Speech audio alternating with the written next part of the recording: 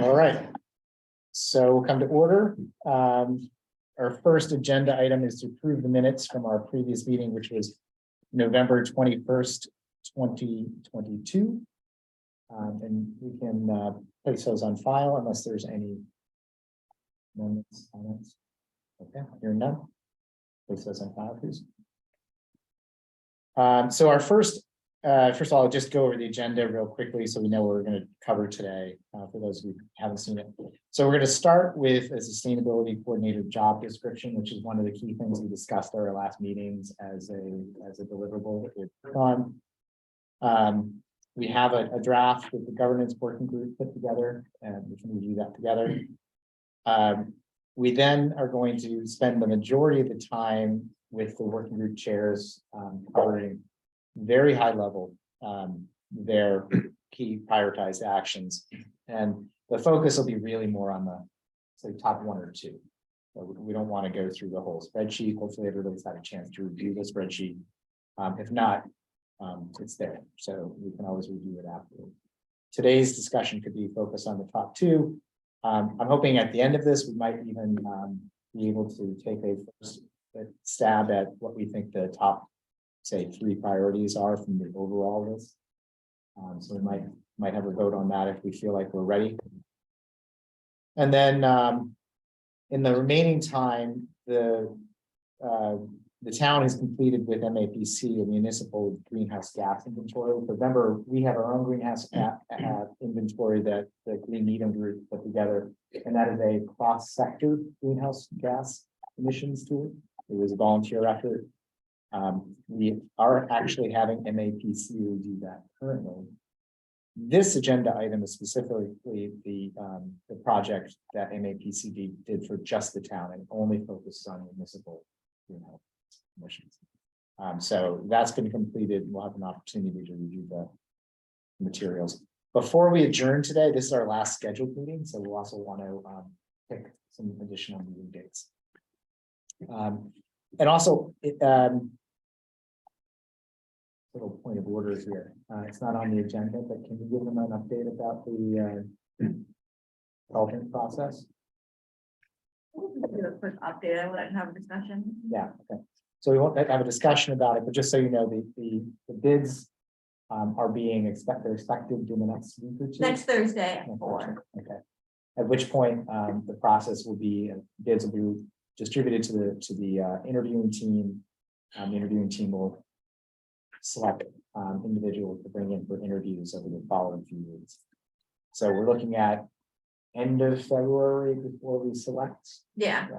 And then, there's potential, we'll have to figure out exactly when to get them started. So in the context of our follow-on meetings, we may have one or two more meetings without a consultant. And we'll have to determine what we want to do while we wait for the consultant on that board. Welcome. Yeah, no problem. All right, so did you have the sustainability coordinator posting to put onto the screen? So Do not. okay. Let's see. Is that on? That's not on. There might be an Would have been an email. Did you get an email? Yeah, let me to put the stick, I guess. The only way to get it. I think so. It has to be on the. Okay.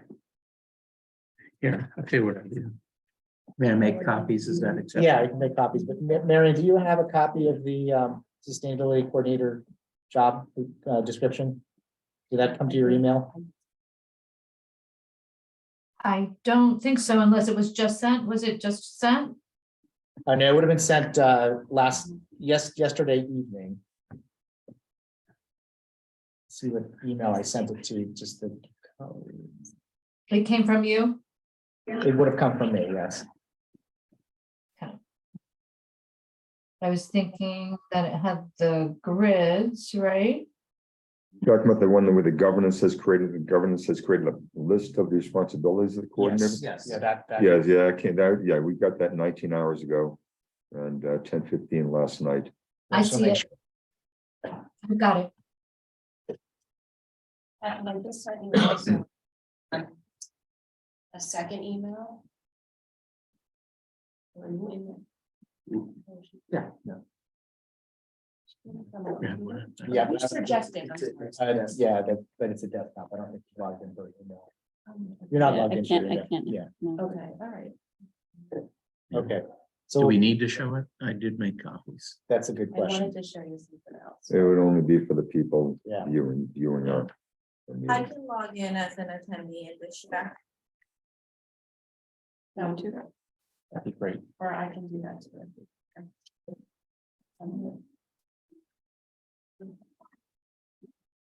We did send out the emails, the invites again this afternoon.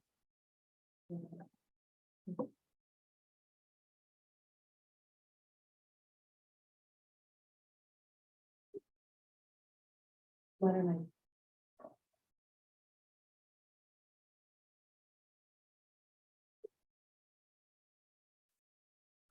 Recording in progress. There you go. All right, great. And you'll be able to project up there. Will you pull up the email I just sent you?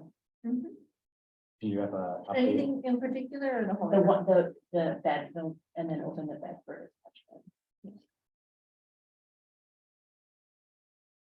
And we could just show everyone even the amount of research that actually went into this. This was a really fantastic subgroup. This working group was a very experienced group of people, really connected across other towns and networks, which hopefully we'll keep tapping into. So as a result, there were some people on our working group that personally have relationships with other sustainability coordinators, or were easily connected to them. So they were able to ask some really candid questions about the process and kind of the path to a sustainability coordinator, which is great, including more sensitive information like salaries and things. So really helpful. Sorry, the presentation. I'm sorry. The PowerPoint. I just think it's good context, and then we can look at this handout.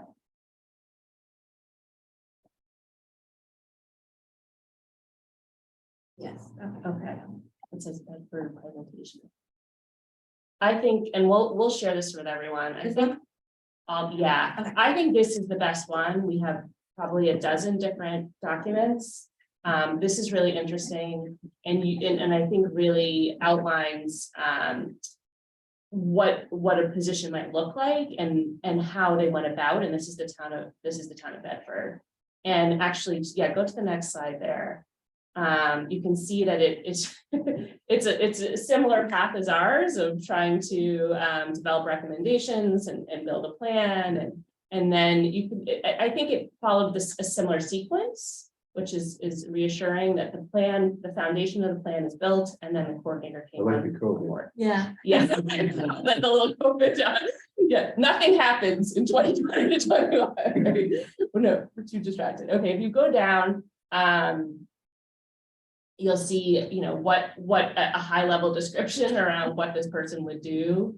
And actually, where's that green? That was on the first page. No, oh, this is my favorite one. So look at the town in the middle. Right? How sad, right? Like, Well, that's what we looked like when we had no stretch code. worse, actually. The home of the donuts. So I think if we show this alone, we're probably halfway there, right? But this is, we're not in good company here amongst our peer towns. I will say, we've done a lot of really good things without this. We should be better. give credit. to that, Yeah. too. So, yeah, Absolutely. there's been some really good. Built a really. There should be a color for towns that don't need one because they're so awesome. Well, I think we Right. do I need don't think one, there in is a fact, we do need one, but we're at the right point in the process. And Cecilia, I think what they also do, and you'll see this in a couple of the other presentations, they're also sharing things like the net benefits to the town based on this position, and That's important. that's gonna sell exactly it. to That's them. this, so that's part of, I think, the key talking points when this gets presented, is this is the grants alone, the access and the research, and somebody who's on top of that. So this is. There's a positive return. Got it. Yeah. Right. So- Yeah, there's a positive return of maybe even up to $1 million for when you look at a salary against the ROI of of having someone in this position. And that was really, I think in a couple of towns, they spoke to this, that this is how they positioned it, is that this is a no-brainer really, because if we have someone. And the sense was from one of, I think it was another town coordinator who said, the money is about to really come in, right? We're just at the beginning of this, and if you don't have someone positioned now, we very well may miss out. And I know we made that point in the town meeting, but I think that was validated by some people in the field who are doing this okay. So there's a lot of presentations out there for those of you who want to look at this. I think this one was a particularly strong one, and it just honed in on the points. We don't have one. There's net benefits to doing this. So I agree, it's a very strong business case. Would you want to put something maybe upfront that talks a little bit about the town's obligation and commitment to reducing emissions for the Commonwealth? Like, the town is on the hook to reduce emissions. Like, this is legislative. We have to do this. And the first rung of the ladder to do this is you got to have someone driving the ship. So I think starting with the mandate, that you will do this, and then you can kind of like say, you know, we thought about it, here's the role, here's what they would do. Here are the other towns that are way ahead of us, and then here's the benefit of the business case, kind of align with the metrics. Can you, does this, in your research, did you see, we talked a little bit in the past about the different types of responsibilities sustainability coordinators have, and some might be a little bit more focused on just the municipal side, and some might be more broadly across sectors. Were there patterns that you were able to see, or did you kind of come to? I know you have Yeah, was this based on a synthesis of everything you saw? Or we probably looked at 20 different descriptions in order to come up with our 11 bullets. Yes, I think that it seems that there's been an evolution from a narrow focus on the town and municipal activities, broader remit around engaging a community culture change. A lot of time spent on analysis, building analysis and inventories, researching and connecting with towns and other towns and peers and consultants and people who are doing this, bringing that expertise in. And now I think part of the work, it seems to us from our research, is really about that connectivity and partnership with community, of building alliances. So I think it started narrower, maybe 5 years ago, those people who had that, and it looks to be kind of it's shifted, it seems. And they used to be called energy consultant or something, and now they're these really like, climate and sustainability. There's some loftier titles to them. A couple of the other key points were, this has to be a fairly influential person, a more senior person. This is not like an admin level kind of a role. This has to be someone, and it hasn't been successful in every town, and in part because they were not embraced, or they didn't have the clout or the authoritative kind of personality to do this well, and that's going to be important. But that, I think the point was, and I think you said this, so this has to go through the town's HR process when they look at at what level to bring this in, and that's not up to us, but we can help make some recommendations. And so these are the things that really you can see pretty rough description, but these are some of the priorities that the working group thought, based on other people's plans and job descriptions, that these would be some of the priorities. What's missing in part of maybe the conversation now as well is, what are the, and maybe as the evening goes on, what are the activities that you all identified that really won't be successful unless there's somebody who's sitting at a kind of a director level, coordinating and supporting, that won't get done otherwise. Those are the way we thought about this. This is not so much about municipal action, where I think in the past we were considering that approach. This is really about building bridges and communications in many ways. So here are the 11. We're happy to give everyone a minute to just read through and see your thoughts as well. So this will be funded through town meeting, probably on a yearly basis. I think right now, and you, Until we can get- so you were closer to the process. in the past. So- If I Yeah. could, maybe for a minute. The town manager hasn't brought a budget forward yet. She will do that at the beginning of February, to the select board. But I am expecting that this position will be in it. Okay, which means that we're gonna have to, argue for the position with the finance committee, to support the request there. So, once that happens, if it is accepted and then approved by town meeting, then it will be part of the budget going forward. As a permanent position or as a, We're asking for it as a permanent position. Okay, that's what the request is. Once it goes through the FinCom, all different things happen, and I'm not sure if they will want to change that request in some way, but that's what our request is. It's helpful. Thank you, Marianne. And Marianne, I think the point from the other towns, the facts of interest to the FinCom are that it pays for itself. Hmm. You know, in short order. One of them. That helps, but it's not a slam dunk. So that's what everybody needs to understand. Okay? Sure. And I think that some of the peer towns, it did take a couple iterations to get there, but we, you know, as you can see, many of them did. They certainly did. So I'll give everybody a second over. Yes. I'm just curious, do you know if Framingham has looked at getting a sustainability coordinator or not? Anybody know? I have not heard that. That's a good question. I don't I believe was it. just wondering if that would help us to understand where Louise Miller might stand on it. So that's why I was asking. Now, she was in Wayland before. no, Okay. that But she's map, now in Framingham. They And have, I noticed that they do not have and are not listed as exploring. So I just don't know what their status really is. like Framingham has a sustainability coordinator under their capital projects and facilities management, according to the website. I don't know how up to date that is, but So they're not flagged on the Bedford chart. So maybe they're just since the Bedford chart and that chart needs to be updated. That could be. Maybe it's out of their radius. Yeah, it looks like Sean was. Any questions or comments about the description that the governance group came up? One, I don't know if you can put that script description online, just if somebody were to be watching this as a webinar, it might be useful to just share it on the screen for a moment. Yeah, if you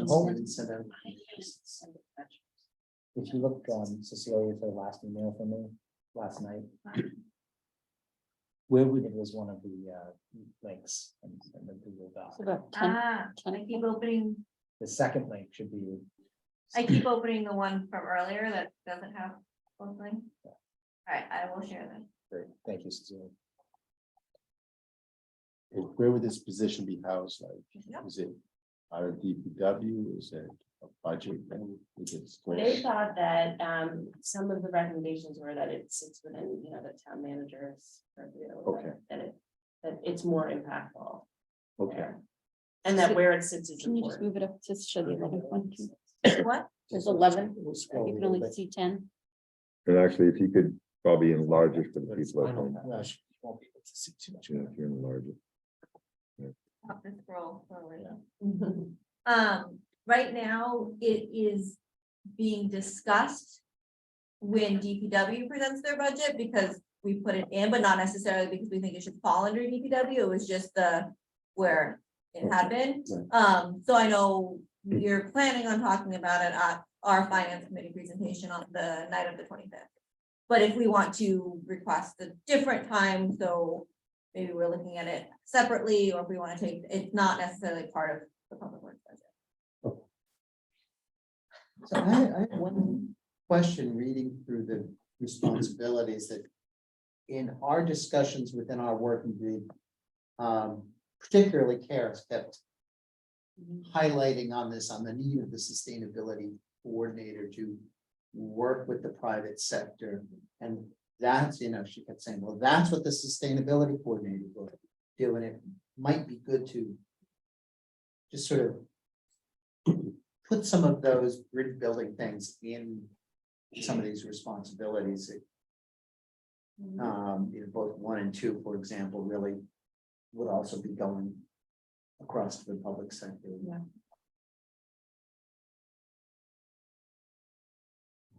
So I would add from our net zero buildings working group, this, really gets all the major items that we talked about for a coordinator in terms of, it really is about homeowners is where the emissions are. It's not in municipal buildings, and the typical sustainability coordinators in towns and in private institutions, and public institutions really just focused on, they just did the database, or they're nice to do things, or they focus on recycling, or this is a whole different thing. Different level. A whole different level, a whole different description. And I think the way that it's captured here is perfectly described with a level. This is a new level. This is a new world we live in under the, the mandates in the Commonwealth. And I think this is the level of expertise that we need. Yeah. And especially the connection with the CIO. I think there was you have the coordinator, the town needs a website, we need to share knowledge and know-how with the private sector, the commercial, the homeowners, how you get those partnerships up and running, and it's a communication effort as much. So I think everything is here. I would love to meet the person. I can attest to the conversations I've had with sustainability coordinators in other towns, like Mary Beth Martello and Wellesley, or we've unheard her, the resident. In short, they both said that one of the key learnings they had was just how much of the job is outreach. It's so much about building bridges and motivating people that issues as a nuts and bolts analysis. There's nothing wrong with nuts and bolts analysis. I can do it every day, all day. It's definitely outreach. I think that's the way that we described it, is outreach efforts. Yes, yeah, what's interesting now, I mean, this, a lot of this probably falls under every working group to some degree, I'm sure.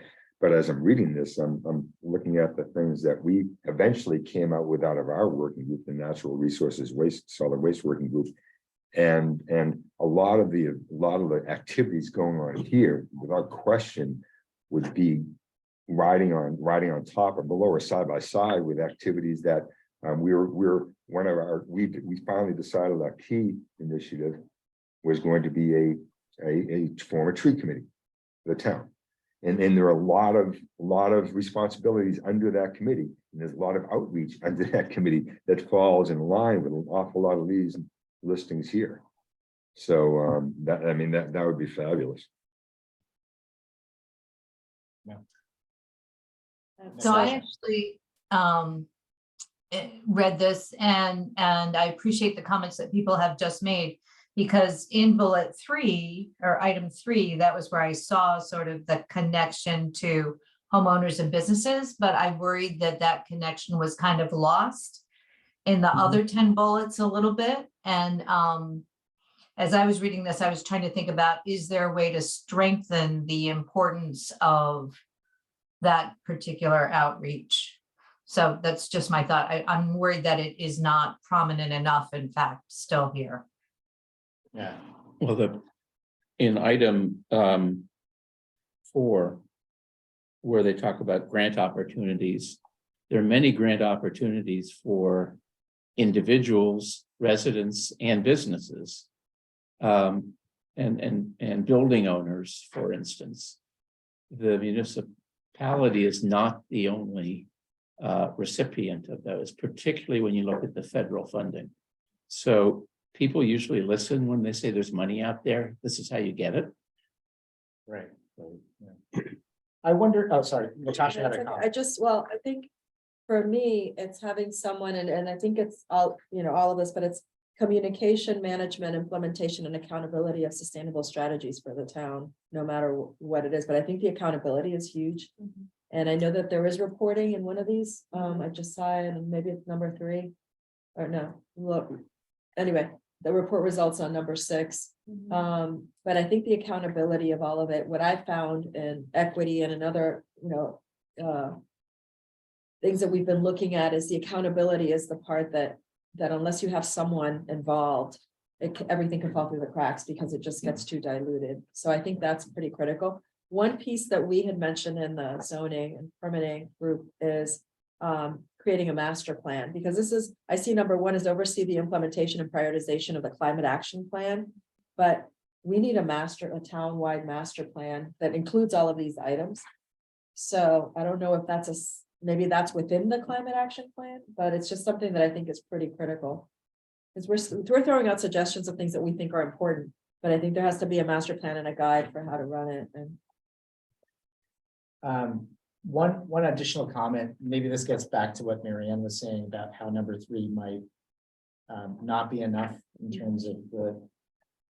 Have you considered maybe adding a couple of sections of key qualifications? So sort of maybe have like a key qualification, but actually really turn it into a job description. Yeah. Key qualifications and then. It's you know. it's pretty light right now. I think there's some of the, there's some of the other context around the goals and objectives that Bedford is on that Bedford side, I think will be important to the building, No, I think you just need to add that this person will intersect with building, zoning, planning, and we'll just go on and on. And then finally, 3, it is principles. CIP, LES, not the house. That's a scheme. Yeah, that's. They could be change management. Principles. And Many principles. years of experience doing change management. Good call. Sorry. The other thing that you'll see there, and actually, the subgroup thought you should really be emphasizing is number 6. Without somebody focusing on the implementation of the aggregation work, then that's not gonna happen. Like, there's no one else who it's naturally gonna fall to. I don't know, or that was their impression.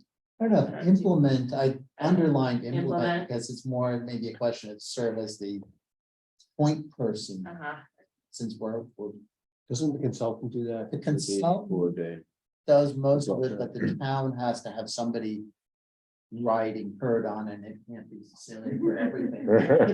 right. So, in the interest of time, Yeah. it sounds to me, I'm just gonna make an assumptive statement here that most people feel like this is largely on topic, on target, I should say. Maybe with a few edits could be turned into something that feels like an actual job description that could get posted one day. If anybody doesn't agree with that statement, let me know. So I guess the next question though, Marianne, is for the budgeting process, when would you need a relatively polished? Is this enough what we have here? Or would you like something more polished for that process? I think it probably makes sense to get this to the HR function and have some discussion with them. Just to see if we can take it a little bit deeper in terms of getting ready for discussion with FinCom and with town meeting. So I think that might be an appropriate next step at this stage. Yeah, and I can work with HR because the preliminary job description that we had submitted for the budget process has been classified, or like not by the personnel board, but like a rough classification for budgetary purposes. So I can provide this in addition to that and say, does this change anything? Do you still see this fitting where we had discussed, and just get their input on it? I think that would be good because as I said, we haven't seen the budget yet, so I don't have a sense of where that's been classified. And I'm just channeling my inner Jim Healy. He's gonna ask just for data information, how much is from, the Inflation Reduction Act, how much possible money is there? They'll want numbers, and they'll just say, we want more information, we want more information. And they'll just start to bury you. But if you guys can provide information, then we can push back and say, we're serious about this. So I'll have a question for you. How much will this consultant, I know the timing is tricky because we want to get this quickly. How much will? How much could this consultant help us kind of really Probably not at all for this process. No, Yeah, they're not we're gonna have to roll do up our this. sleeves. Okay. Yeah. all right, There was concern that the consultant was gonna be sustainability. At one point, someone had asked that. Well, I think they've Um, been, actually in the meeting, I Yeah. think Mary Ann said very clearly, yes, there Yep. would likely be a sustainability coordinator position proposed at a future budget. Yeah. I think you said that, Mary Ann. If I put words in your mouth, let me know. Yeah, so I'm expecting to see it in the budget that we see in February. Proposed there, which means that it's really something that we need to be working on actively now, and the consultant that we hire, I think is gonna focus on building our plan, not on this. That's not gonna be their top priority. So we probably have a quick turnaround on this and, Yeah, I think we have a lot of the other towns, it's just, yeah, that's you probably know, a and good we starting can point. probably pull that in and then decide what. The benchmarking, I think, is probably gonna be a great start.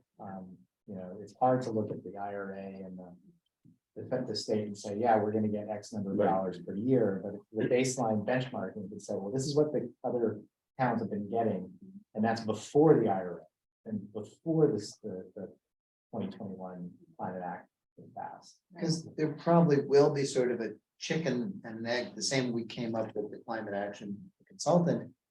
Why didn't you go for grants for it? Well, because we didn't have the staff to go for, you know, so this kind of we can both break out of that circularity, but we may be hit with it. Well, I mean, obviously, once we get through the first year, then that person will be working on grants for themselves. If you know what I'm saying, for their own job potentially. We need, but we need That's risky. the minor to Well, wield the pickaxe. It's very hard to find. I don't somebody mean, I don't who even will take the funding, it's job. basically actually funding. Yeah, Right. I would actually say that we don't want to end up with this position being dependent on grant funding. I don't think that's where we want to head. So I would hope that grants get used for other purposes, frankly. Yeah, and Yeah. it seems like the biases on some of these grants, and I'm not deeply knowledgeable of them, but I've seen a few announcements. Is on projects that actually reduce greenhouse gas emissions. They don't want to fund. Yeah. They don't. All right. But do we have any sense of what the position will even pay? Do we have, if we know, any sense at all? benchmarks, right? We know, I mean, we don't know, but we have, For a town of this size and so. forth, magnitude. they said in this note. Artie, I missed your question. Sorry. I was just curious if we had a sense of what the disposition was going to pay for a town of this magnitude, size and detail. Its estimate is 120 to 150K, not including benefits for cities with 5 to 10 staff. 100,000 for towns like Concord, Lexington, Winchester. Range is probably a little bit lower. Be advised to offer a salary that would attract an experienced person. Beware of the younger job hoppers. It's really an emerging area, and if you have any experience at all, you're being snapped up really quick. So I would have expected, based on the input that Cecilia and Hank have already given, that the town's HR department would have already done some work around classification and would have some comps. I don't think we need to solve that problem here.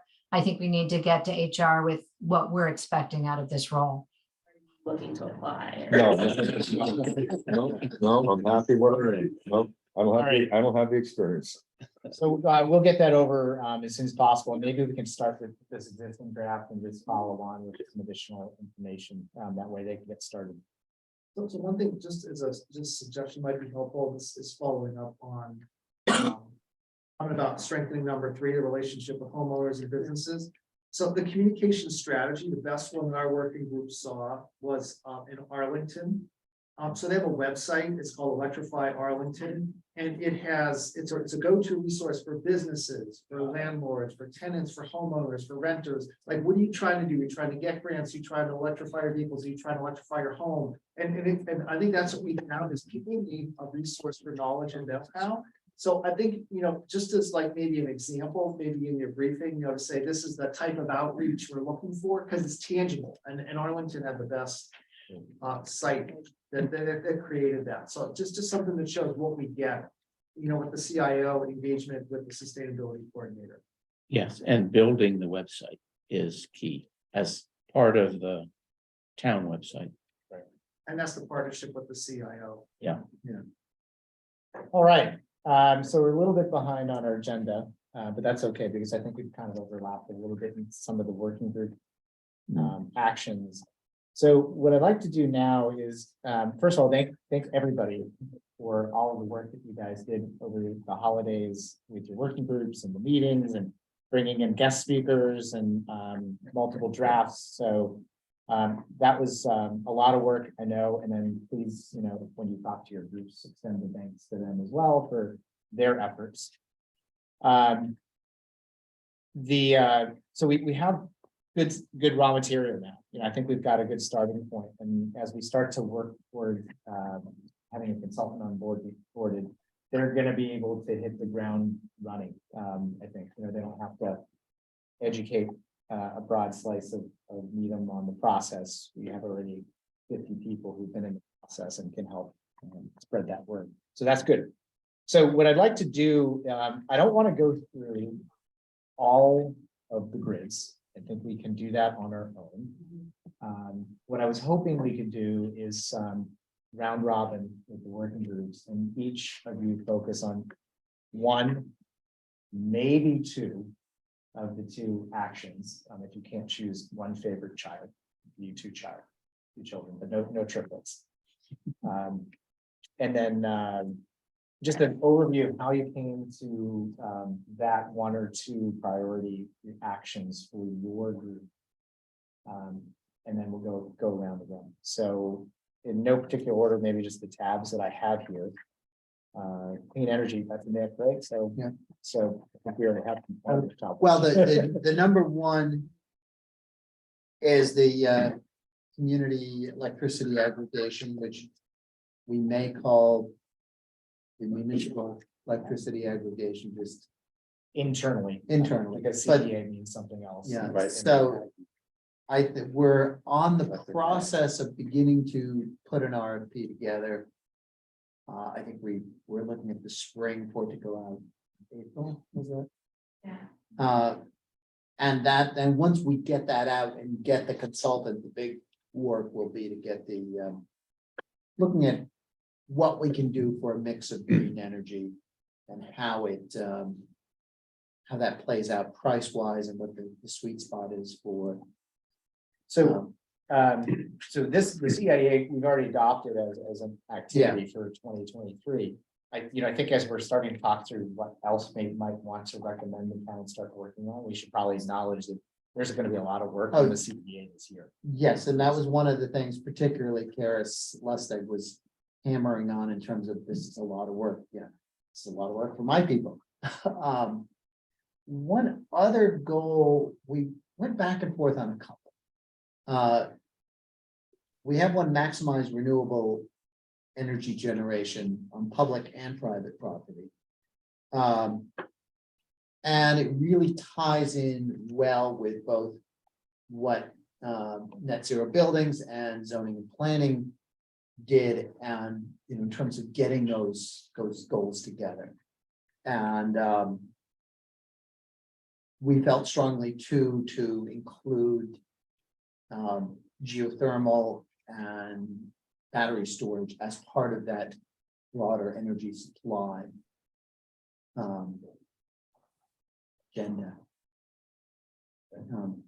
Can I throw one more out? Well, no, you only get two. Okay. You only get two. You'll read about it in the paper. Yeah, we'll read about the other.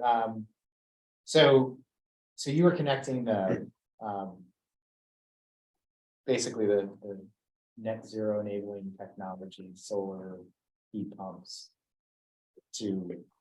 Well, I mean, the zoning comes first, the more stringent building code pushes that along. I think one of the things we felt strongly about, and we made a last minute change, was to include private sector buildings on this, not just look at towns. Yeah. And that's really a case where the sustainability coordinators can make that case and work with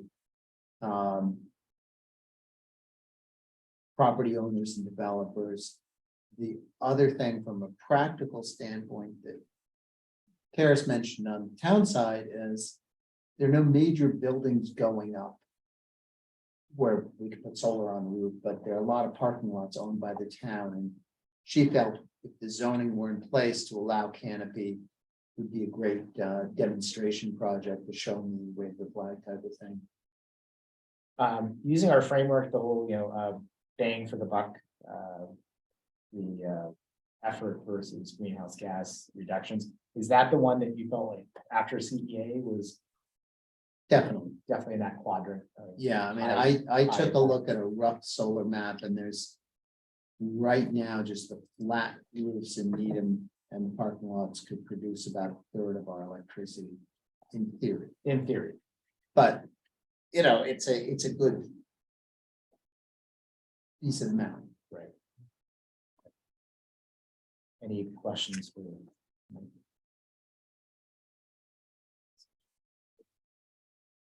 All right, so Paul, I think you're up, transportation. Sure. So, we were fairly unanimous on, action one being promotion and encouragement of EV vehicle adoption for Needham residents, which is that basically setting a goal, a standard goal of 30% of vehicles owned by 2030 as EV, with an aspiration of 40%. And we also felt that this was important because it finds that we delay people's purchase of ICE vehicles. A little bit. Can you hear me out there? Okay. Yeah, we were concerned that in the interim, if we didn't have a plan put together, people would continue to buy ICE vehicles, which would then delay us reaching the goals. So part of our goal is not only for EV adoption, but to delay and we use ICE vehicles if a purchase wasn't being planned into consumer. So any additional ICE purchases we took as a personal affront to our goal and felt that so the education process was sort of two-handed. One, to prepare for EV adaptation, but also to potentially extend the use of ICE vehicles in the short term. And these are incorporated into what we consider an EV pledge, which is that we could create a outreach and educational program through not only Green Needham, but Mass Drive to get the town to buy into the idea that everyone would pledge or people would pledge to utilize EVs as part of their near or future transportation needs. And that was, we thought, the most important thing. We already have a plan. We don't even want to wait for a coordinator or a sustainability coordinator. We actually have a plan for our first event on May, the first week of May, because we felt that it would be very, very important to create public awareness for this. So we think this is what. What's the event? We have EV dealers who are ready to come to Needham and have an event at Memorial Field, which has not been booked yet. But the idea being that, we want to be ready for spring. And I think there's enough groundswell of support within the members of the committee and other people to actually do these things now. So it's a start. That's great. Where did the car show? We The show. Yeah. We- and- We should have these chargers planted in the ground by the end of March. Yeah. So it could actually happen in this parking lot, Yeah. say on a Saturday. And I've attended those in Concord. Yeah. You might need a bigger venue, but it's good to have a plug point. Yeah. And then also encourage existing EV owners Yeah. to come in and chat people up. A lot of EV owners like to go to shows like that. Yes. They love going to shows. I've been like there. that. I'd be a Very- great- Mary Ann has her hand up. Yes. So I'm just curious, I'm gonna ask a dumb question, I think. Do we know what % of town cars turn over every 7 years? Is 30% a realistic number? People are gonna change 30% of their vehicles in town over a 7-year period? Because I'm presuming, I figure I'm at the unusual end of the spectrum since we probably buy a car once every 15 years. And, but I just don't have a feel for what number of Sure. cars are potentially in this zone. One of our smarter working committee group members, mathematically inclined, was actually able to calculate based on the average life of cars, what the turnover was and the number of cars in Needham, which we were able to obtain. And the 2030 number for 30%, he actually thought it was closer to 40%. But for a town our size, that number actually fits. And that's actually the number that most towns our size come up with. So we didn't just sort of come up with that out of thin air. It's actually been calculated similarly in other towns. So it's a doable number. Where are we Paul? today? Paul, 5%. So I'm just want to be clear, I understand. So I think 30% is our number. You said that I think they calculated that 40% might be expected to be turned over in that period. So we need to get 75% market share. 75% of the cars to come as electric. Okay, That's that's aspirational. high, but I actually think this is gonna happen.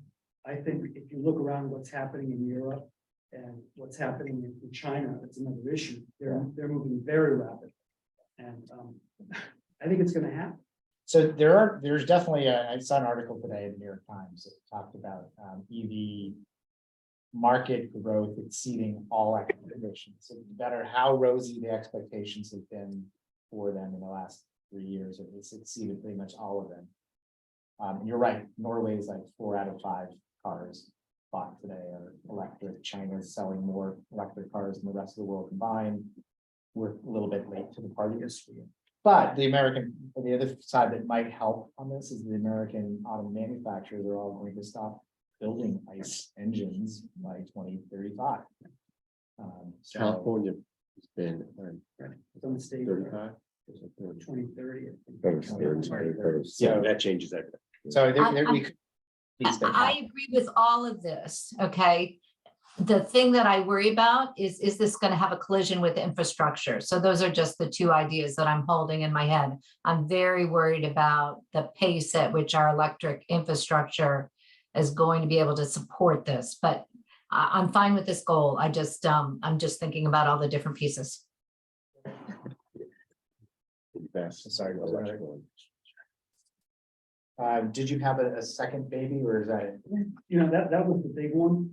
The second one that people were interested in and with a lower impact, but had important symbolic as well as other benefits was the bicycle and e-bike program that people were quite positive for. This was involved Jackie DeWolf, who is a person who has a lot of experience with this. And this brought up the idea of creating infrastructure within the town for safe bike use. What's called quick build processes in different towns that have adopted this. Other members, some members were very enthusiastic about this, and others were somewhat less because of safety. But this has been done successfully by a number of towns. And it is particularly popular amongst school age people who live near town center and so forth. So that was our second infrastructure based action, which is number 2. That one would have a very large impact for effort for the town to implement. We would. Presumably, right? Yes. Yeah. Yeah. Questions or comments? All right, Joe. So for the net zero building, I think we have 3, but we've talked a lot about the first one. So our number 1 biggest bang for the buck was the outreach effort. Sustainability coordinator, outreach to homeowners, to businesses, commercial properties, and sharing knowledge and know-how. Because this is the transformation that, you gotta get the positive word out that there's a benefit to this. And people need to have reliable information. and, you know, have trusted partners in the town and some of that. So I think we're doing that one. So that's our mulligan. So we're gonna assume that that's happening. So the one that kind of came up after that was adopting aggressive net zero standards for all new construction. So new commercial buildings, residential, et cetera. So as you all know, you know, Needham adopts the stretch code automatically. There's a new stretch code out there that you have to, you know, it's getting tighter and tighter and tighter in terms of energy efficiency, et cetera. So we're, I think, automatically gonna adopt into that. I think our recommendation for biggest bang for the buck is to consider the specialized code adoption. So that's taking it one step further towards, you know, all electric infrastructure for all new construction. Yes, you can have fossil fuel under that specific specialized code, but you have to offset it with an equal amount of solar renewables on your property. And if you can't, then you're all electric. You're back into that. So there's a couple of paths for residences, but it is relatively strict, but it sounds like other towns are rapidly moving to just leapfrog right past the, you know, the next version of the stretch code, but right into the specialized code that actually says all new construction is electric in terms of heating elements. So that was our biggest bang for the buck, because once that becomes a requirement for new construction, we're on our way. The Wait, third. I'm sorry, does that have to be approved? Like, Town meeting. By Yes, town town meeting? meeting has to. Would have to approve it, yes. okay, Not the, And not that the exists updated stretch today. code. right, stretch is automatic. So that would probably not go into effect. I think it's 6 months after town approves it. Okay, But only on So- January 1 or Yeah, July. yes. So we're looking for a year, probably a year from now. You assume, you know, town meeting by June or whatever. I think they say that it goes into effect either July or the January, 6 months after, After. January. whichever So it is. So if we did it in the fall town meeting, it would go into effect. July 1st. July 1st, 2024. 2024. yeah, we did it. Fine. Which I think we've talked, at least some of us, that it wouldn't be on the this spring. It's too soon. No, we know at least 10 other towns, cities are looking at it for spring. But given, I think a lot of the other things that I've heard are going on this spring town meeting, it's a lot. Yeah. And this just published, I don't know if anybody, your group has probably looked at the new specialized. Yeah, so we had some slides. I didn't expect to go through it today, but if we wanted to, maybe towards the end of the meeting, so folks can understand what it is, it just seems like the natural. Well, this is where the world is headed. Yeah. It's like electric vehicles. I think we should probably dedicate some significant time to it and maybe even bring someone who's very familiar with it in to talk to the group about it. I think that'd be helpful rather than just speeding through. it. Yep, and that, so we see that as the most impactful thing we can do, is to back the new specialized code. So that'll be our first one. The second one is, I think the Needham Housing Authority has some very significant projects in planning for the preservation and redevelopment initiative. Two major projects that they're kicking off the design. And I think that the biggest impact there would be to promote a net zero standard for those two projects. And the town to help them with zoning considerations, incentives, find grants, like let's get out there. These are two major projects for the town. The time is now to do it. So just given the timing, like it's impactful to do that, and it has a great equity sort of attribute to it. Yeah. So I think if there's something we can do now, that's the thing we should move in the next, 12 to 12 months if we can. Yeah. Just to get a commitment to support that. If I could interrupt for a second, I'm sorry. I am just going to note that the Needham Housing Authority will have an open board seat this spring. And so to the extent that there's somebody in the community who's interested in helping to influence some of these decisions and participate in them, that is something that someone could consider running for, because it is absolutely going to be a key project going forward. And I agree, it would be great to be rebuilt to these standards. So we don't want to miss that opportunity. So those were our two. It's the specialized code and then the new incentives around the affordable housing. And Reg Foster was on your. Yes, Reg was on Yeah. our group, so the two projects are Linden and. So he's been advocating for this as well. Yes. Which is good. That was Hank. Yeah, and those of you who may not have seen it, they do have a master plan that's on their website. And what they're looking at doing is, in the first phase, to take the housing directly across from the High Rock School. Take half of that one-story 1970s building down, put in a 2 or 3-story. And they would have to, I think, get some zoning bylaw adjustments in order to enable that. Double the density. And then be able to move to the next phase by moving the people from that second phase into the first phase. And that's something with the housing group that, for the planning board, that's something that we've been talking about when we're not redistricting, but rezoning areas for the MBTA communities.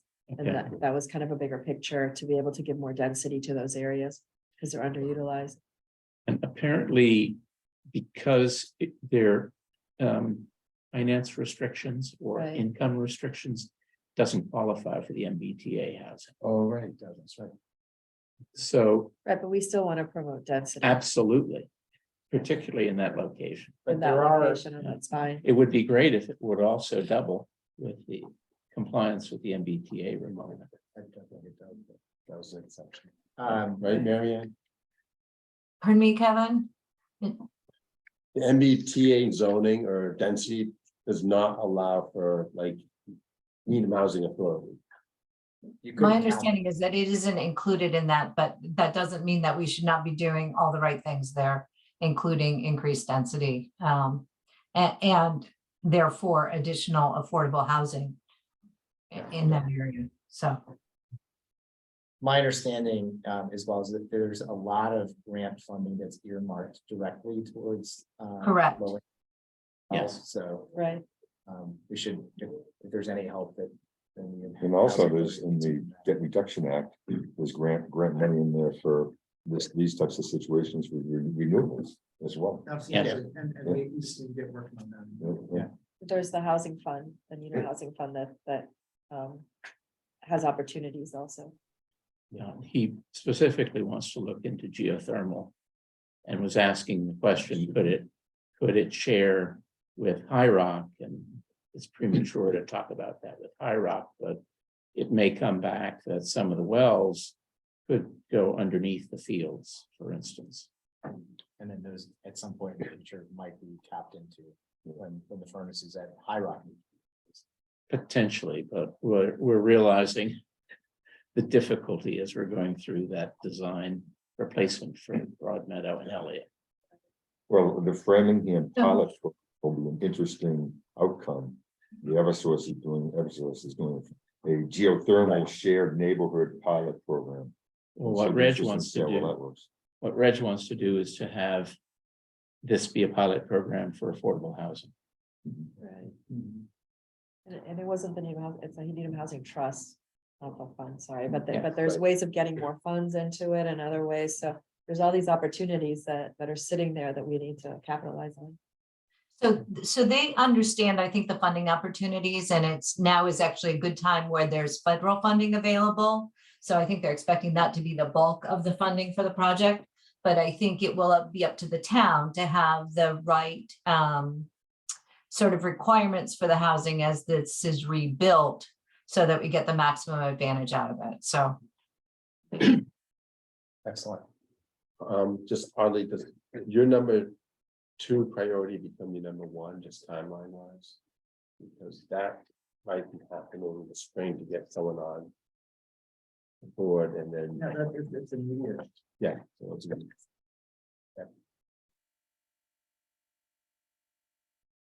So natural resources, I think, is next. That's already. Yeah, so Stephen, you had asked kind of how we came to our decisions. So we had decided to look at what was happening with tree removals in town, because, everyone's kind of psychologically was stuck, was on that, myself as well. So we looked at tear downs for a particular year. We just chose 2021. And so there were 70 tear downs in 2021. That with that were about 289 trees, about 3.6 million pounds of CO2, or about almost 1,800 tons of CO2. we just finished that at the beginning of this week. And so we were thinking about that and, you know, so what else, what does that mean? What can we do with that? And then we took a much broader look at this whole thing. And Ed Olson was a big part of why we should somewhat change course to some degree and look at the whole town as a whole. So we said, what we really need to do is form a tree committee in town. And this tree committee is going to be charged with the responsibility of bringing the value of the trees to our neighborhoods, to the whole community. Where is the value of that? To organize programs to bring sustainability experts in, to educate people about the value of the trees, the oxygen, the CO2, the water mitigation, everything related to trees. And so we feel that and there's a lot more. There's Arbor Day events. There's looking at grant funding for that as well. There's a whole list of, 10 things or so, what this committee could start, just a beginning list of what this committee could do to bring to the town. And that sustainability coordinator definitely rides on some of these bulleted items. There's no question about that. So to say that Ed and I were kind of excited about this direction of concept is putting it mildly. Because what a lot of people don't understand is what trees have, and the diversification of trees is impactful as far as the survival of the trees. It's certainly how the tree is going to survive our warmer climate, but it's also how is the variation of trees going to help keep each other healthy. These trees actually form a communication grid under the ground, where they actually touch each other and communicate and share resources between each other to keep each other healthy. So there's a lot of information that people don't know, and if we can bring some appreciation of this to the town, that will go a long ways as far as what we also want to do, and that is a big thing that we want to do is do something for protecting our forest, restore part of the forest which are dying. Is out near the Dover end. There's a whole, I forget what it's called, but there's a whole part of a pine forest that is, that's near the pumping station that is literally dying, partially because it was all pines. And it was planted in a time period when that seemed to be the thing. Just plant a bunch of pines around some of these different resources. That was the worst thing that could possibly happen. The trees get a disease and they're all gone. There's nothing there to keep them healthy. There's no resource within each other to keep each other healthy. So we want to do something to help restore the part of the town's trees which are dying. And that's a big part of what will relate to be CO2 sequestration and save what's happening with our town and the trees. I can go on and on. I mean, I can literally just go on and on. We know. And I really can't. Just kidding. And no, that's fine. I really could go on and on. These things are awesome. The trees are awesome. And as part of this, certainly we wanted to look at also a tree bylaw. And what could we do bring to town for a tree bylaw? There's also the solid waste aspect of it, and there's a list of things there. Some of this is certainly going to be taking place within the. Wait, you just went into your third baby. I'm sorry, I'm going to cut you off. Okay, I'm not going to talk about my third thing now.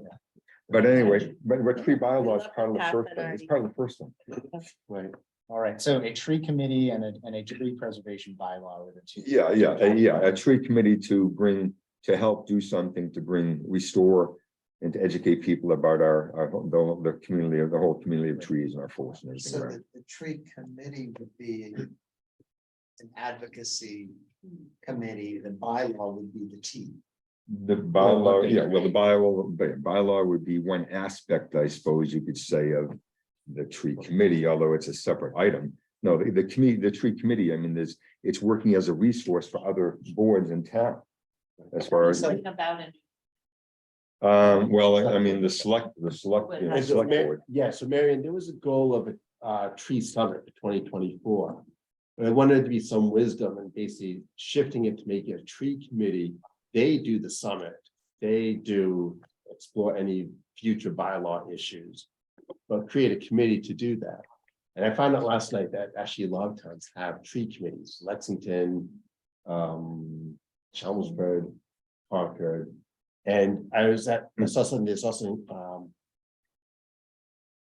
federal government created a huge database on tree canopies. There's a talk last night. Go to itree.com. Mhm. It's fantastic. Mhm. Type in Needham, Massachusetts, it tells you everything. They have all the That was the numbers. resource I sent, yeah. Yeah, so I mean, that might be a real avenue if we just sort of doctored that tree summit and just, we have that goal. And we tweak it, make a committee. Yeah, it would be nice to have some, it would You're be, gonna have to find somebody to sit on that committee from the select board. Or designate, or I would do it. Of course. I mean, it would be nice, it would be nice to have the tree committee formed. This year, at some point, sometime this year to have it start. Because I mean, there's identifying areas in town which could be, we plant. And, to reduce heat island aspect of the town. I have a general question for the group and maybe especially for Kevin and Mary Ann as well. As we start to think about the wish list of actions.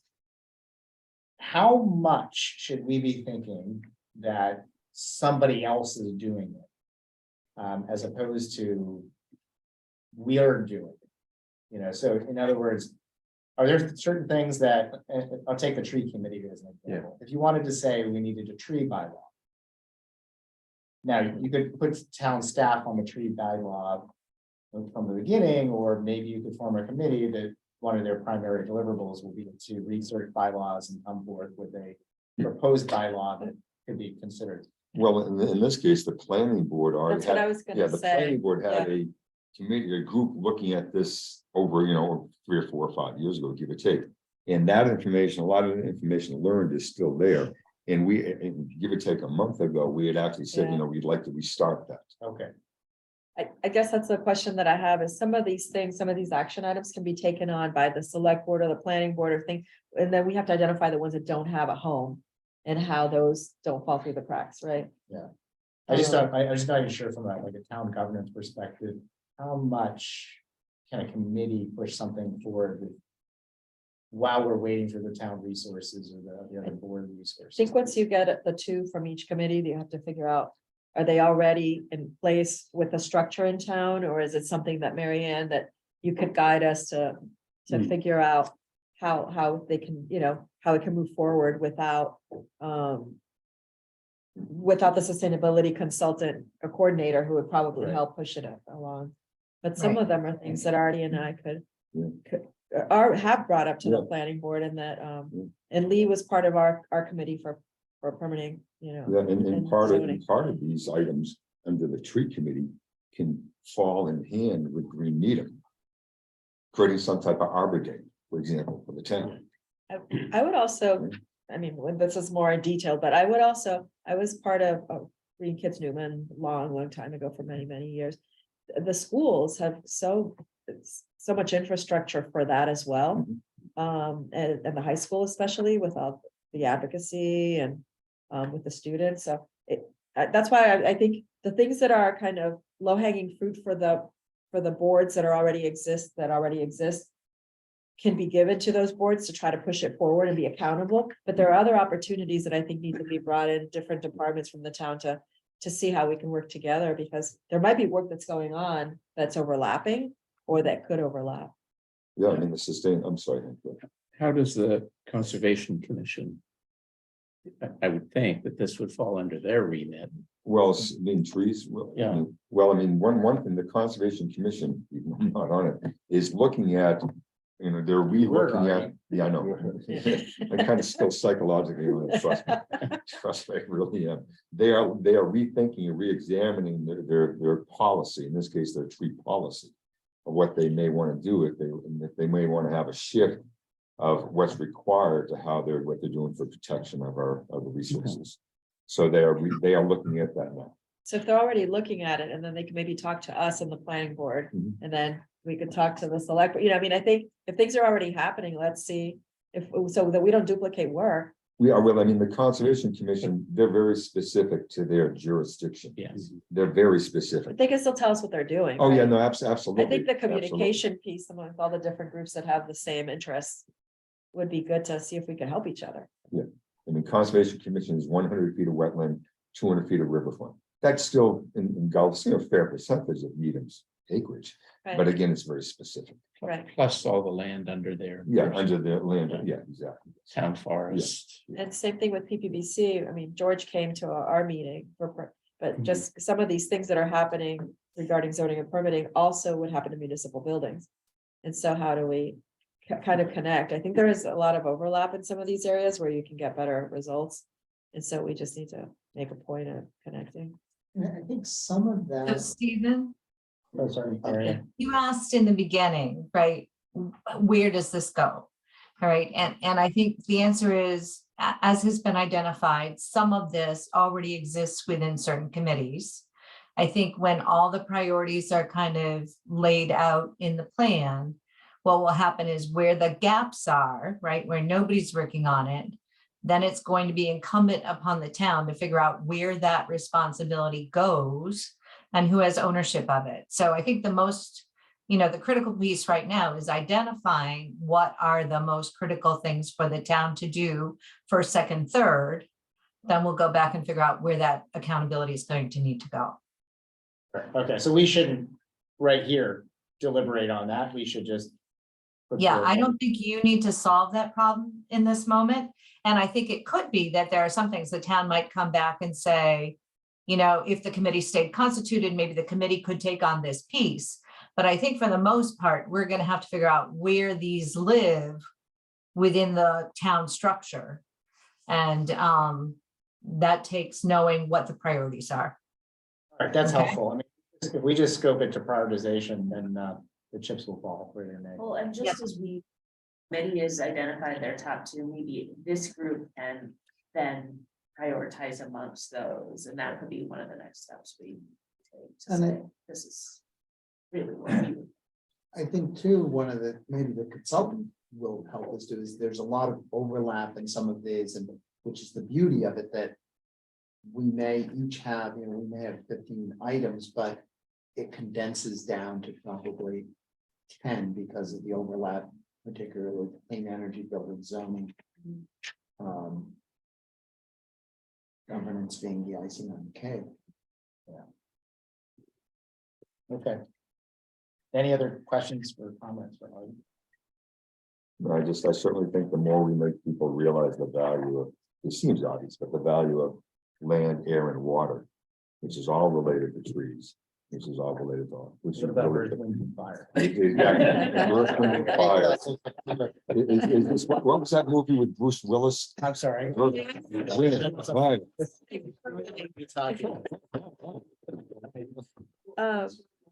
But I did learn a lot about the whole underground, so I'm in for the education piece. I think it'll be really It's great. sort of like Avatar. Yeah. No, it sounded- It's. So- oh, Okay, wait, no, Artie, The Rock. hold on. Smart zoning and permitting. What did you say? Smart zoning and permitting, so, well, Your top two. the first one is remove zoning barriers for installing solar heat pumps, energy efficient systems. In municipal, civic, multifamily and residential buildings. So I think that's the low hanging fruit. And I know that we've been talking to Lee about it. And I know that there's a lot coming up for this one. We're gonna try to see if there's an opportunity for us to see what other towns have done. Because writing all of this takes a lot of time, but if we can she's gonna kill me if she's here, but if we can streamline it for her, see if there's an opportunity to still do it sooner than later. Because it is a lot of work, but if already other towns have done it, why are we reinventing the wheel already? This is like the definition. Go ahead, Mary. I just want to make an observation. There was a semi-recent discussion on our fact staff list at the college with people from different towns who had put solar on rooftops. Nobody found that process easy to do. And so I would hope that we can be mindful of figuring out what a process is that makes it more straightforward for the homeowner and less feeling like they're getting stopped at every junction. I feel like we need to figure out how to make this work better for people. And that was what came across to me from this discussion on the list. But I would also say, I didn't hear that anybody has solved this problem from what I read. So The I don't problem know if is- somebody has better information. I was surprised by the universal frustration that I heard from people who had been trying to do this. We have, A, B, C, D, and E, one of them being, we'll create different fee structures to promote it, create also, need to create definitions, setbacks and approvals, review process, like special permit by right, how we can make everything by right. So we have all of that in like kind of the itemized, but I think the biggest thing was creating, removing these zoning barriers for installing solar and any other systems. So that was our number one. Our number two was review changing the application process to not only to include the MBTA communities and the work that we're doing here, but to provide information on resiliency, equity, environmental impacts, parking, like it doesn't have any information on any of this right now. So to kind of get all that information and to be able to promote it. And then, so those, and then the third one, which you didn't ask me about is, You're going to put it. well, no, master plan for climate, like create a master plan for climate strategies, just in general for the town, because again, everything is.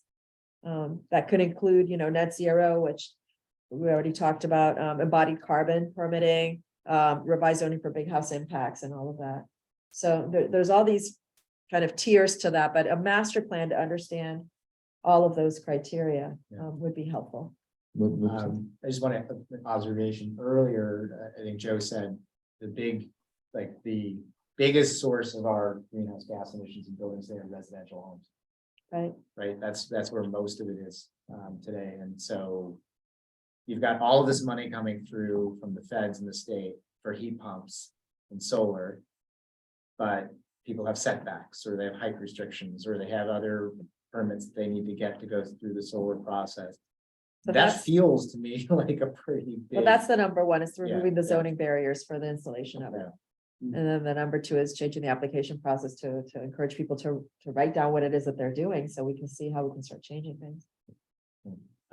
I believe that if you're just putting solar on your rooftop, you can go to the building and pull out an electrical permit and do it. You don't have to go through the planning board. Right, but if it goes beyond the height of the building, or Height if there are restrictions. height restrictions, there's setback restrictions, there's all that stuff, if we can.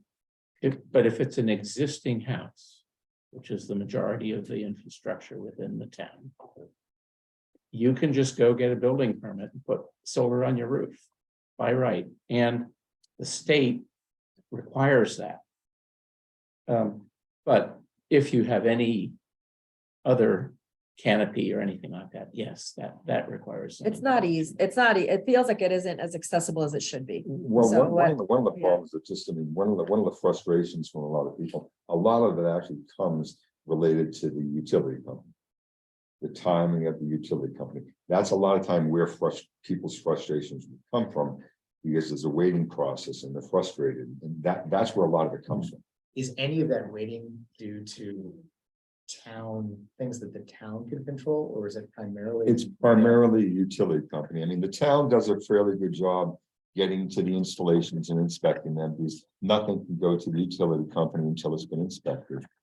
But the utility companies, the first part, they call part one, part two. Part one isn't too bad with their speed, which in getting it to the companies, the solar companies. It's the final installation of the bi-directional meter, net meter. That's the one that people get very frustrated about. And that's not us. What's not- that? that's That's not- not the town. That's not the town. What, to your second point, to sort of in support of that, I was talking to a colleague who was on the Newton Energy Committee, and they were trying to get a feel for how many heat pumps were installed, and the state wouldn't tell them. Mass Save wouldn't. But in pulling building permits, they found that information was useless, because there was nothing specifically indicating Heat pumps. the heat pumps. It could be an Keep track just of air what- conditioning. So that's the sort of thing where that additional, if there were a way to make the application process a little more granular, so that you So that have you- some measurability, how Right. many different types of heat pumps were put in, what types of solar batteries.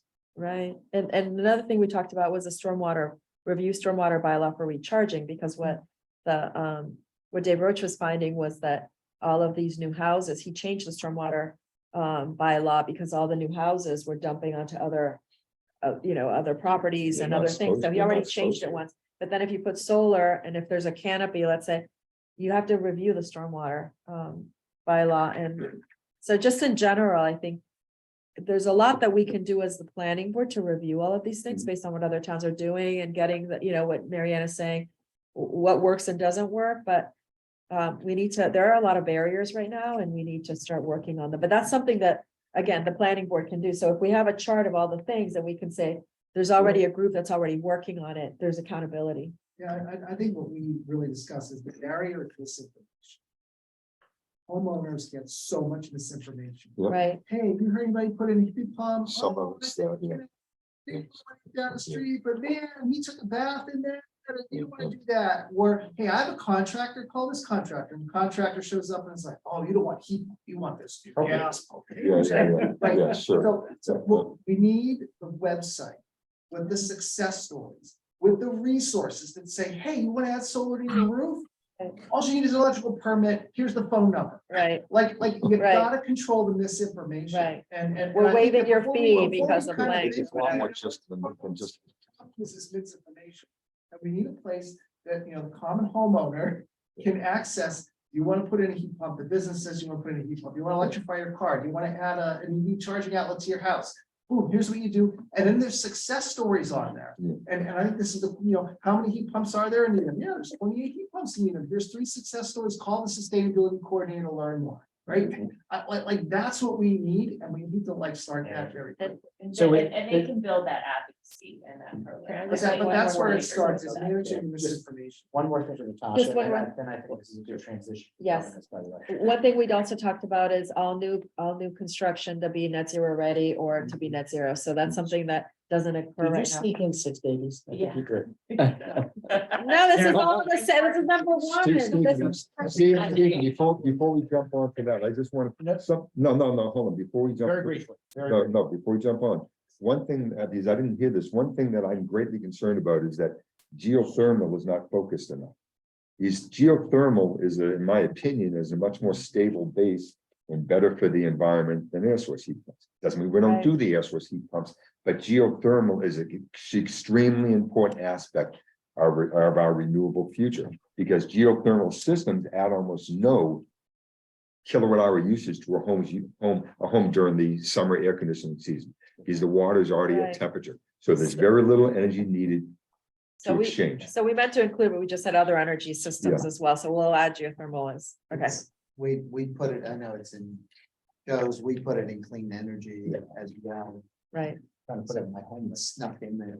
All right, Rachel, Yeah. bring us home here on governance. Yeah, I mean, we had a slightly different remit, because what we thought about is what are the success factors in order to achieve the plan's objectives, and so you're not gonna be surprised with the two, probably top things are the sustainability coordinator, right? We don't have to talk about that anymore. And then the second one, I think, is really to your point, is there has to be a comprehensive communication strategy and plan, and that's really gonna be the driver for reaching the homeowners, building consensus, building advocacy. So we don't have to spend time on that, but the group was particularly interested in like diving in there. I think they were ready to start doing outreach and building all these programs. But I think that and we'll see, how things evolve, but some of the EV day and that, all of those things there have to be components, but somebody has to be kind of thoughtful about what does the website look like, what, who's involved and what are the key events. So that's gonna be really important, I think, to our success is having that strategy and somebody will own that strategy, like a sustainability coordinator.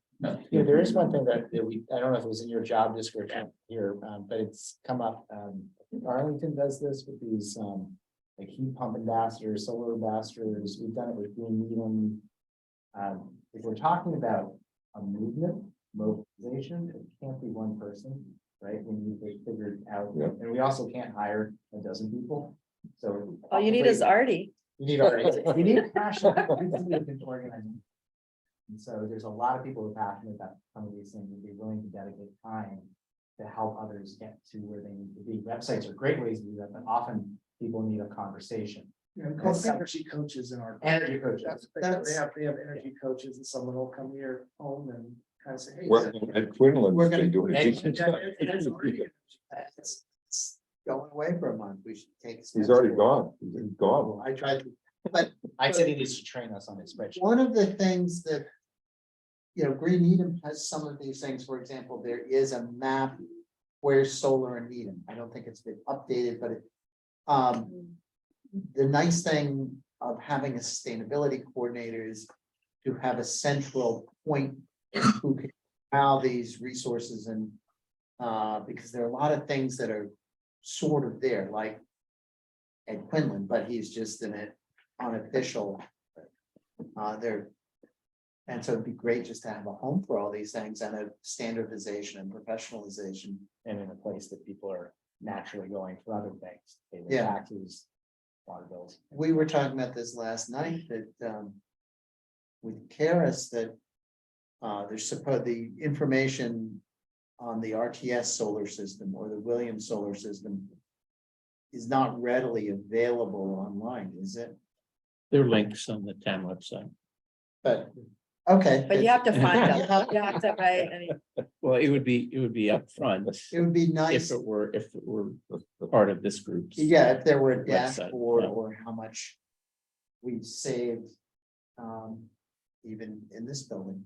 Or $750,000 a blimp flying over the town displaying how much CO2. Well, or put, but various mechanisms like that, and that's another beautiful thing about centralizing information and. we I should, think the other piece that I should just underscore that I didn't mention is that it's bi-directional. So it's not just us pushing information out, but it's also about, taking the pulse of the community, getting feedback from people, continuous input into this climate action plan will be a living, breathing thing for many years to come. How do we continue to have this exchange and dialogue? Because heat pumps will be the thing of the past in 20 years. I don't know, maybe, right? Like, there'll be something new, and how do we continue to evolve and make sure that there's a mechanism for people to share and bring information to the town. but it's getting the high school, it's getting the high school students and. I did mention that I was gonna share information on the high school students for Advocacy Day. Yeah. There were like 20 of them or 25 of them that talked about green initiatives in town. And they're the ones that could be ambassadors also. And they're the ones kind of teaching the next generation. So and people, and Olin also, we should talk to Olin to see what they have, Other towns have every Earth Day. Or that weekend or somewhere around Earth Day. They have multiple public presentations on each of these topics. And they'll get people from Mass Save to come in and say, oh, you want to, and in Concord at least, they use the high school. You want to talk about solar on your rooftop, please go to room 101. If you want to talk about air source heat pumps, go to room 102. And it's a very dynamic informational session with handouts, and there are contractors that come, they sit in the lobby and, EV sellers and but I think in terms of the new energy code, I believe, for instance, that all new houses will have to be able to provide 300 square feet of roof area for solar collection. That's part of the new, Facing the right direction. within the Yeah, right This is orientation. in the Unobstructed. specialized code. This is. I think so. Yes. It drives me crazy. We're still trying to figure what that is. All right, so I'm looking at our time and we only have a few minutes before we go to our last topic. I think that was really a great overview. And what's kind of interesting is that when we first started this, I think we had like a list of 70 things. And we're now down to 12 plus 4 and 1. but- no, it was subcategories. Primary, not that we don't have a longer list, we do have a longer list, but. Without a lot of effort, we've been able to kind of What were you saying? coalesce around 12 together. What I was gonna suggest we do is maybe take this moment to plan our next meeting. And then we could do in our next meeting is try to come up with what we think the top 3. Unless Marianne and Kevin, you feel like we need to do that tonight? Do you feel like you need a prioritization, the top three now, or can you wait a month? That's one of the questions. I think we should rate them. I was gonna give, I was thinking, know- do we need time to digest, process, or I do people think- already know what their top three are? I think we need to digest because some of these also Or section? overlap and can be condensed into. Marianne, you're nodding. Yeah, I don't think you have to come up with a consolidated list tonight. I think the real goal of a lot of this work, frankly, was to have a very strong base for the consultant to start working with and to be well informed by. I would say that the priorities that were expressed tonight in all groups are not necessarily clearly identified as the top one or two. So I think as people think about it from that perspective, it may be worth kind of looking at these lists to make that clearer in each area. And I guess, given that I really heard it here tonight, since my eyes are still dilated and I can't read all that well, I actually will want some more time to kind of think about it and go through the whole thing. So So we won't vote tonight then. I do think. But I could just add, Oh, yeah, go ahead, Kevin. we might want to say that sustainability coordinator is a top priority. that would Yes. be good about. We're moving, that goes into town Do you meeting. want to make them a motion? Yeah, we need to make a motion, right, a motion that our top priority is a sustainability coordinator. Second, Second. All right, discussion.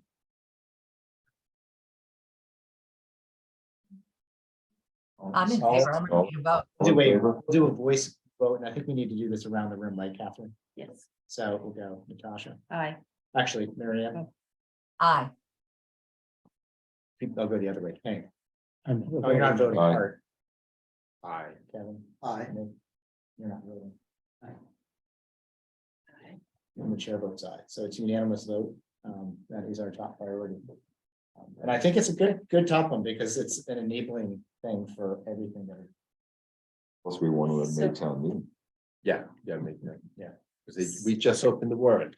There you We go. did.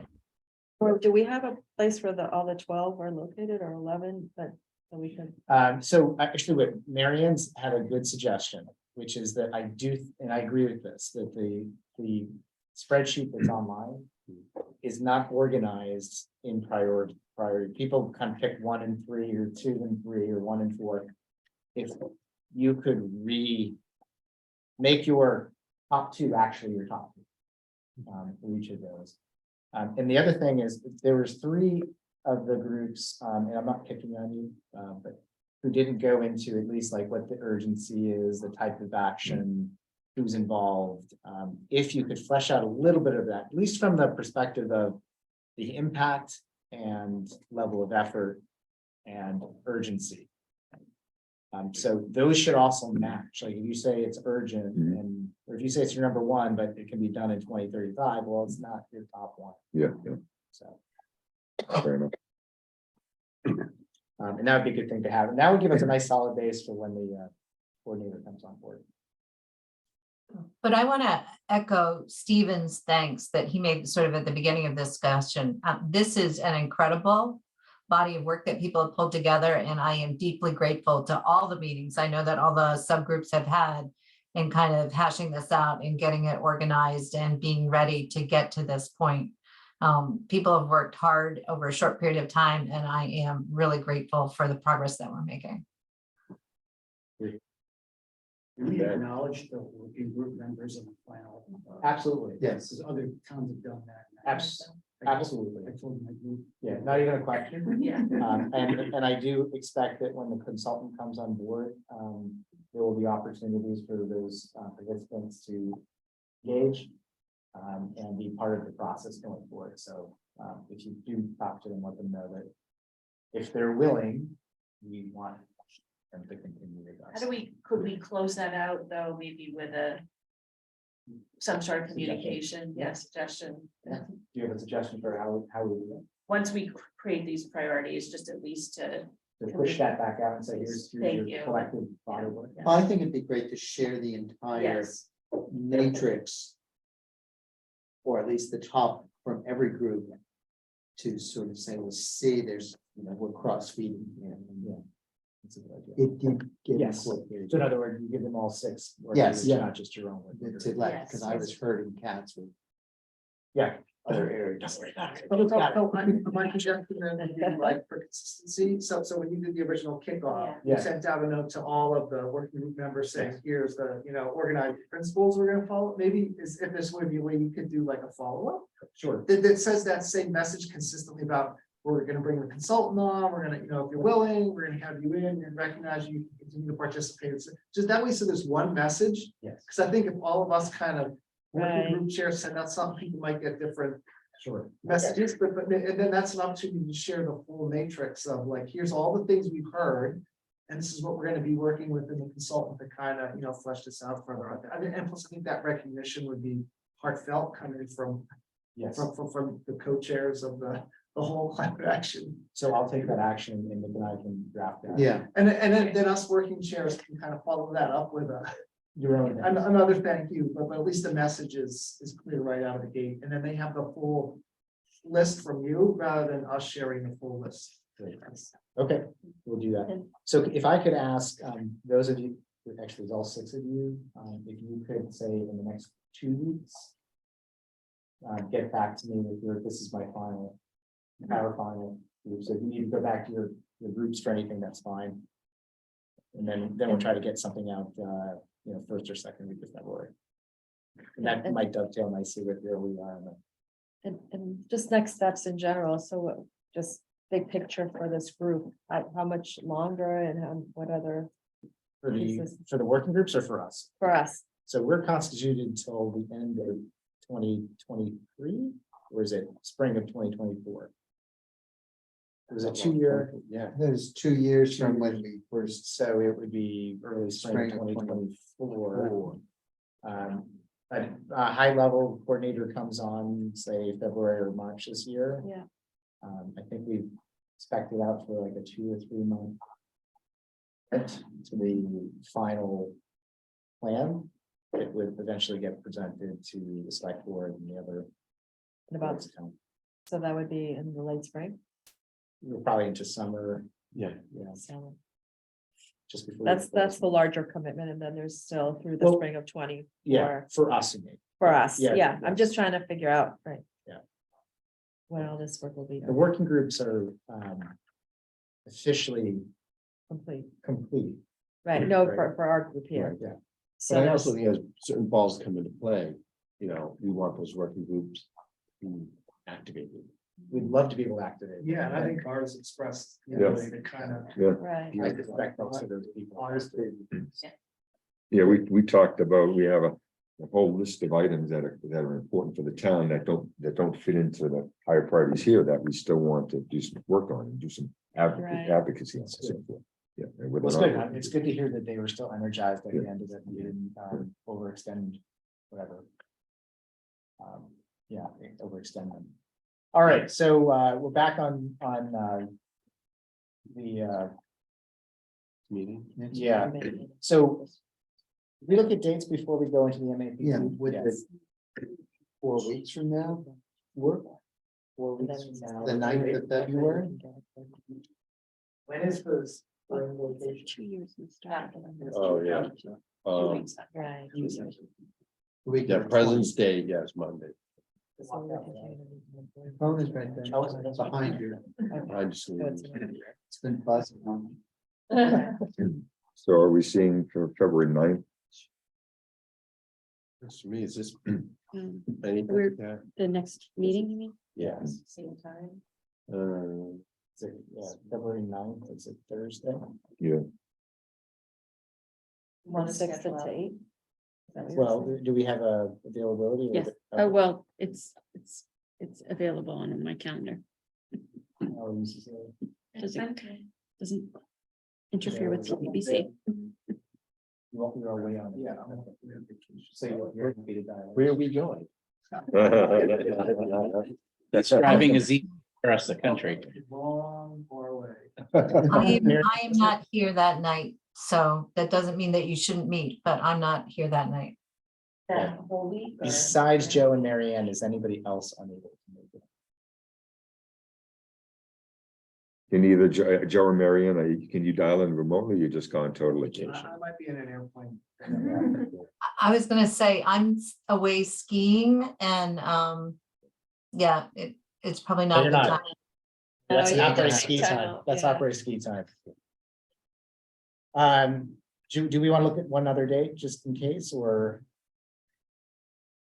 Want to go with the 9th? Is the sixteenth Well, any I better? would say go with the 9th and then let's find another one after that and just hold it. Okay, So. So after the 9th, 4 weeks out from that. March 9th. Yeah, How does that look? March 9th, Thursday. I can do it. Yeah, got it. Right, 6 o'clock. 6 to 8 both times. Want to do one more? Sure. All right.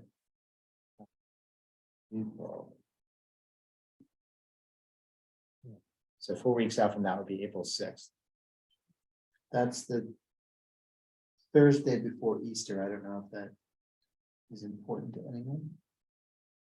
Technically, it's. Technically, Thursday. It could be on it could be on a sugar high. I was gonna say, it actually matters to me. Okay. But I suspect that mass is at 7:30. I'm not 100% sure. So if we start at 6, I could be here for part of it at least. Or we Okay. could try the 5th or the 4th. Fourth is select one meeting. Okay. There was a Wednesday. 5th is a Yes. Wednesday. This is Passover. Oh, Lots of holidays. Yeah, 4th is planning board. That's meeting. right. And it's, Oh, it is. Shame on April you. 6th, I don't have that. Well, I have it on my calendar. I don't know why. or the 13th, would that work? The who? The 13th, Yes. that's not school vacation. That, of week or course, anything, is Nahoyden Day. March The 13th. Hoyden Day. April 13th, Maria? That's good for me. What day? Okay, What April day? 13th is a Thursday. Okay. All right, we'll stop right there. Located the sacred commons. Catherine, did Kevin, all- you get to figure out how we're celebrating on that day. Right, Nahoyden Day, sure. No, yes. Week, you know? Oh, It is the. Okay, what was the April one? April- oh, okay. I'm sorry, we're talking. April 13th. Yes, it's fine. I see. 6. Okay, All right, well done. That was a That lot was easier than I thought. scaringly, yeah. People are very not busy. All right, so with our remaining time, we have the MAPC. Do we have that? We have it.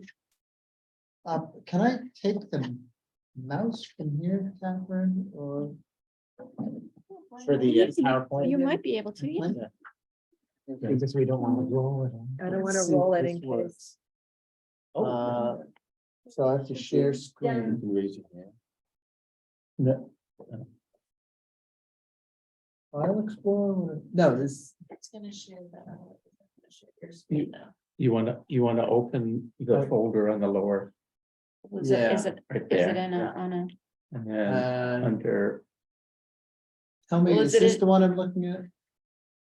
this is the MAPC thing? That's the Yeah. PowerPoint.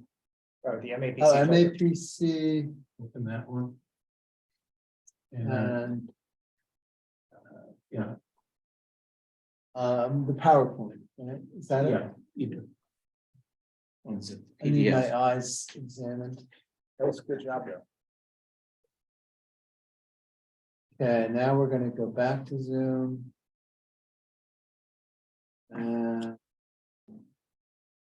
The one that says screen up top, I think, up left. That's the one. Once you switch over to it, it should. There we go. So we had MAPC in last week. Do you mind going into presentation mode? For the Uh, bottom right, little, just to the left of that, keep going back, right there. It Awesome. really takes a village to Yeah, thank you. wheel the mouse. Marianne, are you able to see the presentation online? Yep, I can see it. Thank you.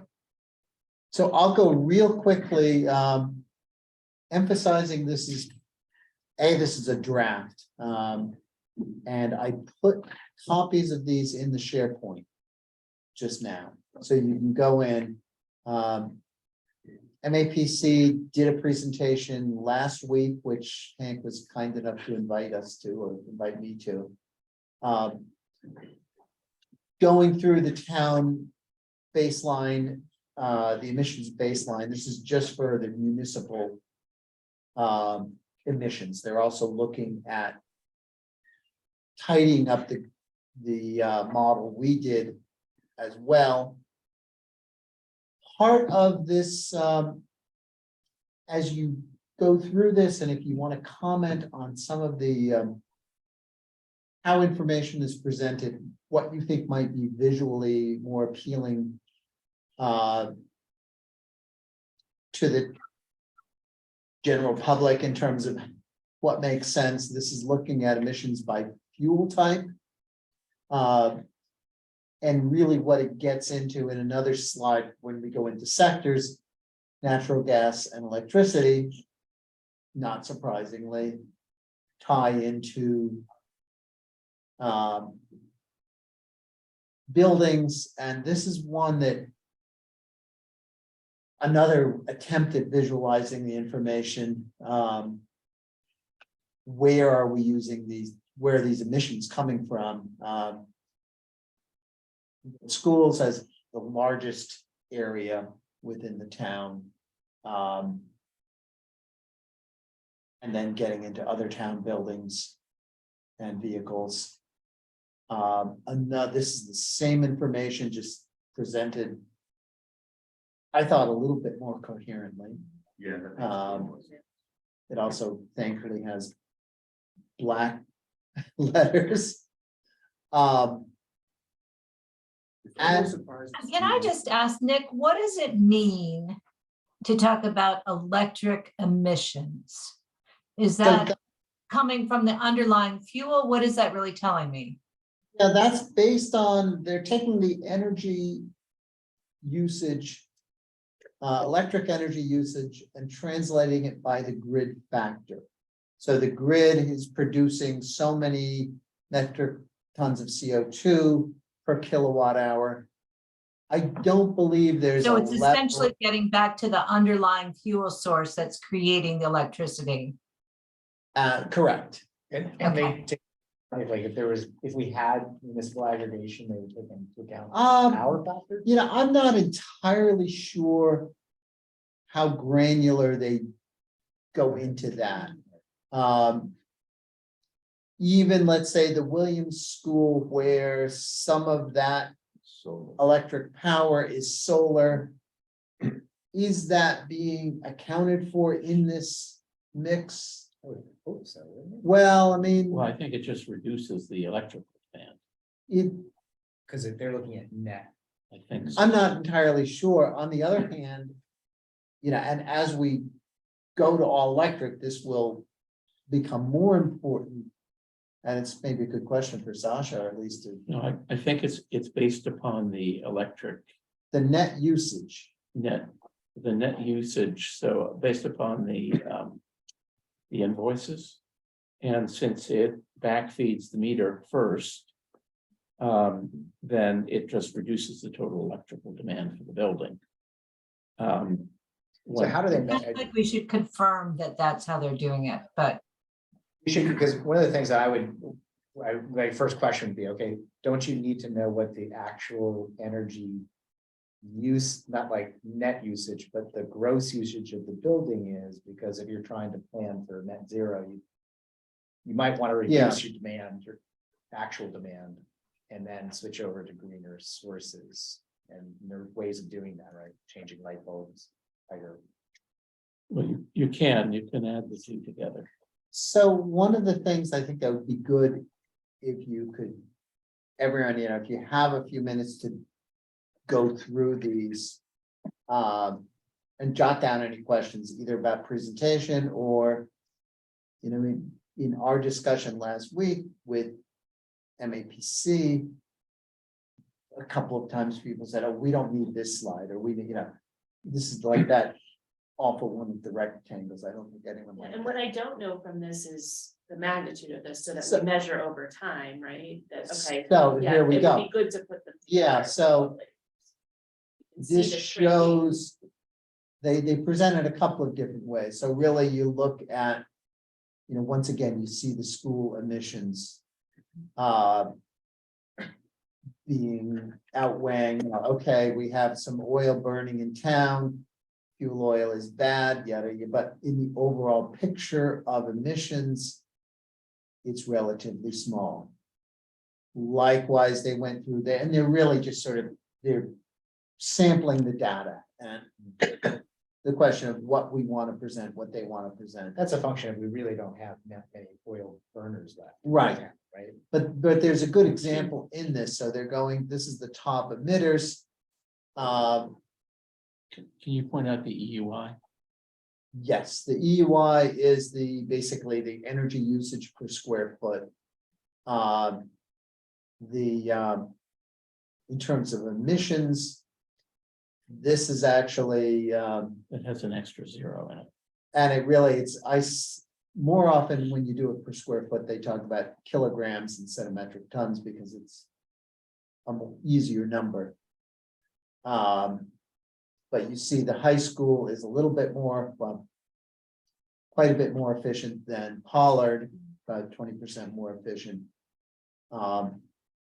Newman is more efficient.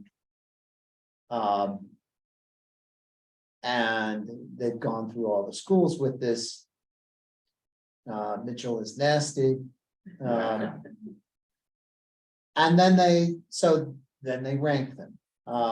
And once again, this can be sliced and diced, and there's a website, Mass Energy Insight, which has all of the towns, it's energy data. Who's the audience for this, by the way? Who's the? I ultimate think- consumer? Oh, Just the it's- town. It's the town, to better understand what improvements can be made. And so if you go back to the last slide. So Mitchell and Pollard are next on the school master plan. So when those get redeveloped, the PVPC needs to get a very clear message that we want net zero. Because if it's not, if the town doesn't demand net zero and the building code doesn't demand net zero, the PVPC won't work to net zero. They'll work to the code. Correct. Unless you have MSCBA telling you that they won't give you money unless you meet certain criteria. But if we enact the specialized code. Then we it'll get, be net Right. Zero. But it can be, I think it's. Both helping internally understand, helping becomes a tool to promote. Or to educate the broader public and then also to. Explain the town's decision. And this is, once again, this is another. Area where they grabbed some graphs off of the Mass Energy Insight. Some of the information could be presented better in some ways. For example, if you look at the least efficient building is the Claxton Fieldhouse on a per square foot basis. On the other For hand. heating, for heating, This is heating and electric, Right, but for heating. for heating. I Um, think these are still a yeah. little hard to read and. they're very hard to read, and one of the things we pointed out in feedback to MAPC is. Get rid of, do some screening, because Claxton has virtually no emissions. Yeah, yeah. Um, it's a tiny building. Yes. you do But- get. This could be a useful thing in terms of. If you look at the quadrant, the high school is clearly the biggest overall user. It's about in the middle as far as efficiency, whereas the opposite of that, Claxton Or this building. is quite low, or transfer station. transfer station. And yeah, and then you have the PSAB, which is a real building and uses very little energy. I think what would be helpful is understanding like okay, so Claxon has the worst, but it's a tiny building, so it's not apples and apples with the high school. Right, so, you know, Right, in so- a case like this, I believe there are some ways within, Just to eliminate it. just eliminate it, set some parameters. So I have a lot of thoughts about this. So I'm Probably gonna too much. run through it, and I'd be happy to go through it. Yeah, and this is, they're very receptive, and they asked for our feedback on it. And If you go back to that last chart, Nick, you could tell them that they could make this efficiency and use chart way more useful to people. If they can create circles for each of those entities that tells you something about the size of the building relative to each other, that would actually give you a much better idea of impact. You see what I mean? So Claxton would have a teeny tiny circle, the high school would have a much bigger circle, for example. this is a canned Yeah, they Right. didn't agree. There's a point. program. But they can Dates take from- these data points. They can take the data points and. Yeah, so I think, Yeah. It really needs, what Mary Ann's yeah, saying is, I'm just trying to think, so, it's not telling a story. No, There's a Yeah. lot of numbers. Lot of numbers and they're Greek. When I look at those numbers, I don't know your square feet, metric tons. You know, I don't know what big is. they're awful. I have no idea, they're bad numbers, but it's not telling that as a story. Yeah, That's. no, I meant the graphics, particularly on this slide. And nothing, each graphic should be its own slide. Yeah. There's a lot of. So if they could downplay the numbers and try to figure out what's the story they're trying to say. yeah. Big building, here's a bad building. And this is a case of that story where it doesn't do a good job because you see, for example, PSAB looks like it's using a lot of electricity per square feet. What it is because it's the heat as well. Yeah. so there's- And then they did the same thing for fossil fuel heating. Yeah. But there is some I think I need to go to an Edward Tuffy class. Right. yeah, we'll bring him here. They bring in some of the vehicle things, and I believe that's it.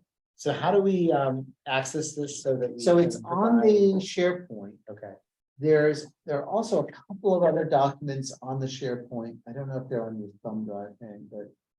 we're at time and I don't want to. So you can, which include some of the MAPC resources for a matrix similar to what we did. And there are some links, some updated links to things like legislation. But that's all up online and we can. look at That's it. all on the SharePoint. So is there a time at which you need feedback back for MAPC? Like when does this engagement I- end? Fudged. I said, well, I don't know when our next meeting is, so let's say late February, early March. Okay, so we have a little. We time. have a bit of time. And we should funnel that through Hank and Nick? Ah, Or just yeah. through- Yeah, point to me. Hank. I want you to be party to the communication. I So can- far, it's Cecilia, myself and Kat. I'll join the Okay. party. So anybody who's interested after this meeting, but before our next meeting, should review and send feedback. Yeah, You'll- I'll be the CAPC member Liaison. point liaison. Okay, great. Well, thank you. It's good to see. That was that. So we're at 8. We need a motion, I think. Thanks. Huh? So moved. Second. Motion, do we do access, motion to. Adjourn. All right. Second, okay. Aye. Mary Ann. I. Aye. Yes. Aye, well, chair, unanimous. Meeting's adjourned. Thank you all. Thank you. Thank you, everyone. That was a great meeting. Thank you.